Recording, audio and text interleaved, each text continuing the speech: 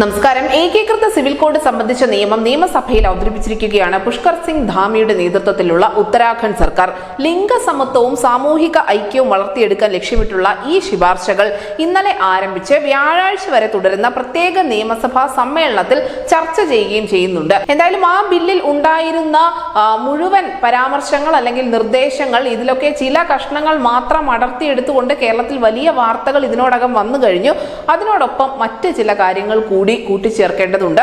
അതായത് ബഹുഭാര്യത്വത്തിനും ശൈശവ വിവാഹത്തിനും പൂർണ്ണമായ നിരോധനമാണ് ബിൽ മുന്നോട്ട് വയ്ക്കുന്നത്.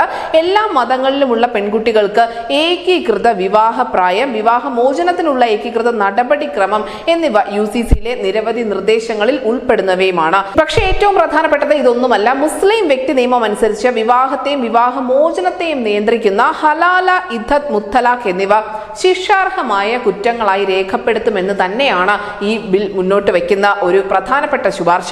കരട് രേഖയുടെ പ്രത്യേകതകൾ പൊതുജനങ്ങൾക്ക് മുന്നിൽ വെളിപ്പെടുത്തിയിട്ടില്ല എങ്കിൽ പോലും മതപരമായ വ്യത്യാസമില്ലാതെ വിവാഹം, വിവാഹമോചനം, ഭൂമി, സ്വത്ത്, അനന്തരാവകാശ നിയമങ്ങൾ എന്നിവ ഉൾക്കൊള്ളുന്ന ഒരു നിയമ ചട്ടക്കൂട് സംസ്ഥാനത്തിൽ നിലവിൽ വരും എന്ന് തന്നെയാണ് അവിടെ നിന്നും ഉള്ള മാധ്യമങ്ങൾ റിപ്പോർട്ട് ചെയ്യുന്നത്.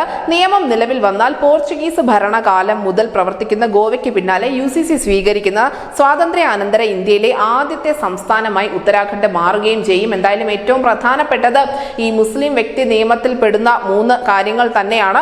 നമുക്കറിയാം, ഇതിനു മുൻപ് രാജ്യത്ത് മുത്തലാഖിന് നിരോധനം ഏർപ്പെടുത്തിയിട്ടുണ്ട്. അതിന് തൊട്ട് പിന്നാലെയാണ് ഈ വിവാഹം, വിവാഹമോചനം തുടങ്ങിയ കാര്യങ്ങളും നിയന്ത്രിക്കുന്ന ഹലാല, ഇദ്ദത്ത് തുടങ്ങിയ ശരീഅത്ത് നിയമങ്ങൾ കുറ്റകരമാക്കുമെന്നുള്ള ഒരു നിർദ്ദേശം കൂടി ഉൾപ്പെടുത്തിയിരിക്കുന്നത്. ന്യൂസ് ഡെസ്ക് ന്യൂസിന്റെ മലയാളം.